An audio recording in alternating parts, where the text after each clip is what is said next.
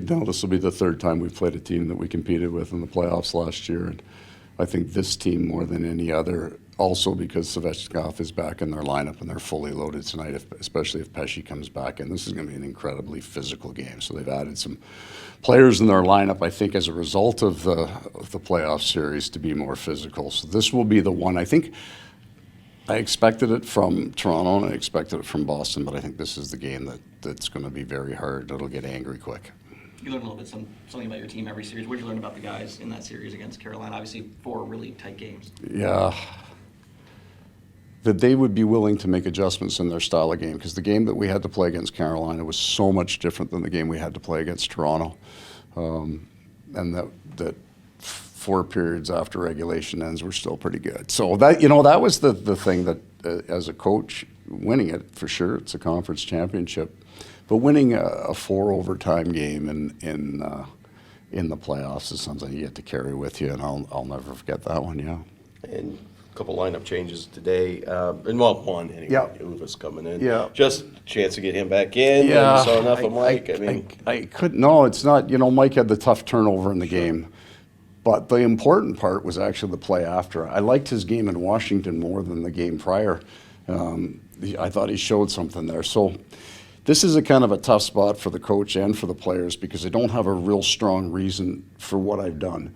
I think Uvis and Josh had been ahead of Mike kind of out of camp, and I was in some ways waiting for an obvious opportunity to get Mike in. It never really presented itself. They played well. They played well enough, right? And I don't like pulling guys in and out. So when Mike went in and he was fine, he had the right to go back in. But Uvis never really came out for a reason. So I'll put Uvis back in because I don't want either of those two guys now, I think, sitting out that long. And we do have potentially players come back on the horizon. They needed to get a look at Mike to have an understanding of where his game was at. And Sam out there, and how close is he, do you think? I think he's fairly close, but I'm going to have nothing to do with that one this time. Like he was ready when he came back. The mechanism for injury, what happened to any player on our team is getting hurt on what happened. So he was 100% when he came back. So we're kind of at that point. He's going to get a full hard practice in tomorrow, and then he feels good today. If he feels good coming off that, it'll be completely the medical people and him deciding what game he wants. There is a chance it would be Chicago. I doubt that. I think that because of what's happened, we may just sit back and say we're going to give him at least one more day. But he's going to be on that road trip for sure, is our plan, yeah. And same, what about Montour? I mean, could he come back in this California trip? Yeah, he could. Yeah. So, but this one is going to, again, the doctors weigh in on it. Everybody weighs in on it. The player has to decide. Then it's going to be how many practice. Like, we're not putting 5 months into this to bring him back a day early. So we're going to be as comfortable and confident we can be that they're ready to go. So I do think there's a chance, one of them, possibly two, and that would be at the end, right? It wouldn't be, I don't think they're coming in at the start of back-to-backs. We wouldn't do that. And it may only be one. But we're now in the window of a 10-day window, I think, that we're probably going to see these guys back. Coach, you guys, I got time. Played in a lot of games that have been decided by 1 or 2 goals, but you've won a lot of these games as well. What's been the key to closing out tight ones? I think being relaxed in them. I think there's a feeling of confidence in our game. Not that we're dominating teams, and we are. There's sections of the game that we have been pretty strong in all the games that we've played, but that we're a good enough team that you don't have to panic in the 1-goal game. We don't have to open up our game. I was talking to Doug earlier about the number of times, and maybe to you guys, that I said last year, we were fine, and then we got in trouble and we opened our game up. And I don't think we're there anymore. I think we can keep it tight and keep it close. What I would say, what I'm most pleased with the last 2 is the goals against have been unusual, right? We got bouncing off guys' shin pads, we're tipping them in, just some highly unusual goals, shorthanded goal. Those are the things that kind of submarine a team in a game. And you feel then something clicks, you need to do something unusual to get it back, but we haven't dealt with that. So we've stayed pretty true to who we are. The early hockey is the most difficult hockey to assess because you don't know the other team, and you got new coaches and you got new styles. So the game isn't quite as dialed as I'd like it, but our game is closer than where it was last year for sure. You've talked a couple times about OEL and how he's been able to jump in really quickly, and not knowing what to expect considering his late start. A month in, what has stood out to you the most about how he's played? His competitiveness, and you don't see a player every day, so you don't truly know them until you get them, how they practice, how they compete on pucks.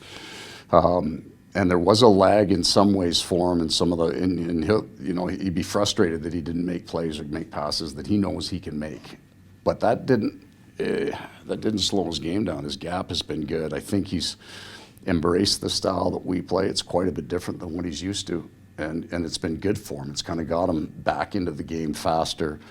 And then you're starting to see glimpses of the passes that he does make, some of the smaller, finer plays. And I think all of those guys are feeling it a little bit because the power play's not converting and it's getting chances, and that's its own kind of frustration. But I've liked his 5-on-5 compete. After the Columbus game, you said you took Verhaeghe off that second line because you didn't like what you saw from them. I mean, what have you seen from them since you put them back together in the Washington game, and what do you kind of expect to see from them tonight? It's kind of, for me, Carter needs to get moved off lines every once in a while, and did it all last year, flipped them between Barkov, and that would be my normal recourse, except I don't know what Rodriguez, Lundell, and Tkachuk will look like, and that line's been really good. So they've been producing big numbers, and Evans plus 10, so I'm just going to leave those guys. So I'm just looking for a different flip. I didn't love Hags' game, except we all loved him at the very end, and that's what those shooters are like sometimes. He's a pure shooter. So he's, if he's not getting the puck in the right spots, you don't love his game. So that's why I flipped him. It wasn't even a demotion or a benching. It was, normally I would flip him up, and that's how you saw, and then you saw Nick Cousins come into that hole because that line of Rodriguez, Barkov, and Reinhardt have produced and played well. I don't want to touch it, so I just flipped him what you would consider down. I mean, for Tkachuk in particular on that line, would maybe a guy like Sam Bennett being out kind of hinder his game sometimes? He kind of opened up some space for him. Sam is an identity player for our team, and that style makes whoever he plays with more functional. If you take Matthews' defensive game is light years ahead of where it was last year at this time. His offensive numbers are slightly down. You can attribute that to, for me, the power play, right? So if you put 5 more or 6 more goals on our power play, he's getting points on 4 of them. He's into 14 points in 11, 12 games. Everything's right with the world. Throw Benny in there, and it's 1 or 2 more over 10 for sure. So, yeah, Sam Bennett has an impact. He impacts whoever he wouldn't be playing with when he's out of the lineup. He's a really important player for us. That being said, the most important metric for our team is even strength expected goals against right now. It's pretty darn good. Goaltender tonight, Coach? Bob's going tonight. Sergey. Sergei Bobrovsky. Thank you, Coach. Thank you very much.